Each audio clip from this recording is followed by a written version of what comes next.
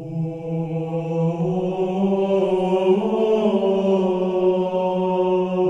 chief is gonna jump in this tank, roll across the bridge, and blow up any inhuman son of a bitch dumb enough to get between him and the prophet of regret. Halo. So let me tell you, Halo 3. Sum it up for us. I bought Halo as soon as it came out, man. I was hooked. Halo tree. Hi, my name is Amy Cassandra Martinez, and you're watching Take Zero, the show where we delve into the movies that were never made. As you might have guessed, our very first episode will be about the infamous Halo movie.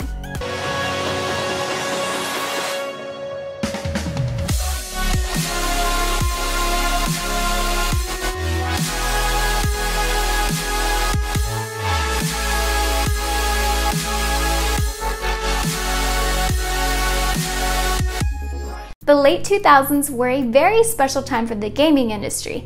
We got to witness the rise of the Halo franchise into a global gaming powerhouse.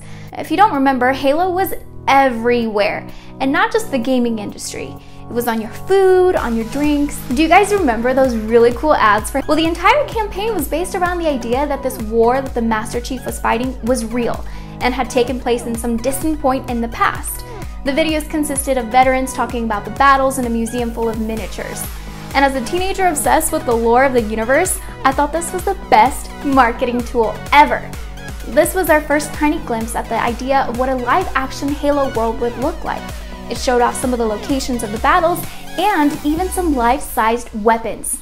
Neat stuff. But now that we know it's possible, what else did they have to show us? Microsoft wanted a movie, we all know this. With this being such a big property, why not go with the obvious and turn it into a film and really take over popular culture? How could something this big fail? On June 6, 2005, Microsoft made a pitch to Hollywood. They sent over scripts of a Halo film written by Alex Garland. We now know him as the writer of Ex Machina and Annihilation, but back then he had only written a few lesser films, and 28 Days Later. Microsoft put a hefty $10 million price tag for the Halo IP and the script itself. Other demands included 15% of the box office gross, director and cast approval, and 60 first-class plane tickets to the premiere. That's sort of insane. And this is where the problems really start. Microsoft had two studios interested, Universal and Fox.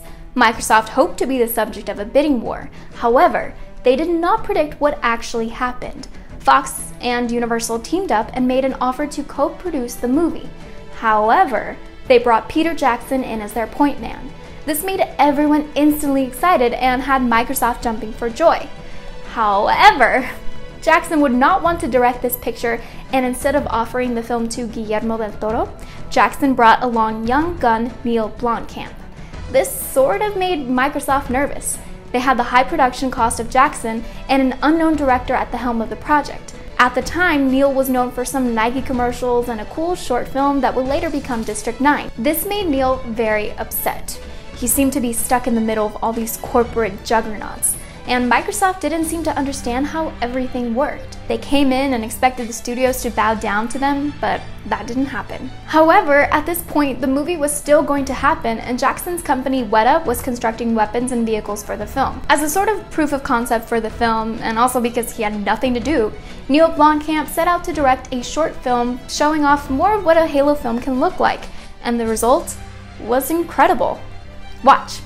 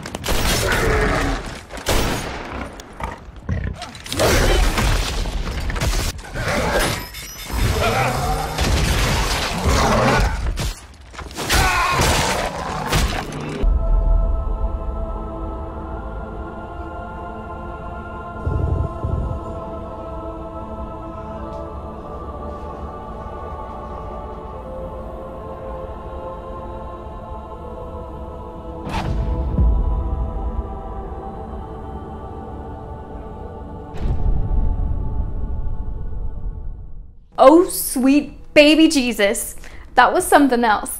And as much as that floored fans, it wasn't enough to help the already strained relationship between Microsoft and the studios. In October of 2006, Microsoft pulled out of the deal, leaving the Halo movie dead. The wheels still spinning over at Weta, Peter Jackson offered to produce a $30 million film for Blomkamp that became District 9. What? And some of the original concept art for the Halo film was used in District 9, which just makes everything better. It's E3 2013. Microsoft announces a new Halo TV series headed by Steven Spielberg. Yeah, and even though it's not peak Halo time, fans still lost their minds over it. There was so much hype. There were comparisons to Game of Thrones, Band of Brothers, and Breaking Bad. It was even rumored that Neill Blomkamp would direct the pilot. And then, nothing. There was no news, no hype, no trailer. Deadline published an article a year later saying that the project was still in the, quote, deal-making phase, and that, quote, Xbox original content branch was still going through growing pains. What was that supposed to mean? We just wanted a TV show. Netflix does this every week.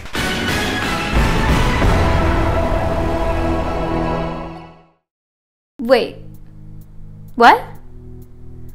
Breaking news? But we're not even live. Wait, are you serious? I've just gotten word that a new Halo TV series has just been announced. Oh my gosh, what perfect timing! Showtime will be airing a 10-episode run of a Halo series from Amblin with showrunner Kyle Killen. And Rupert Wyatt from Rise of the Planet of the Apes will be directing a few episodes. See? We get to end this on a positive note, and live-action Halo might be gracing screens.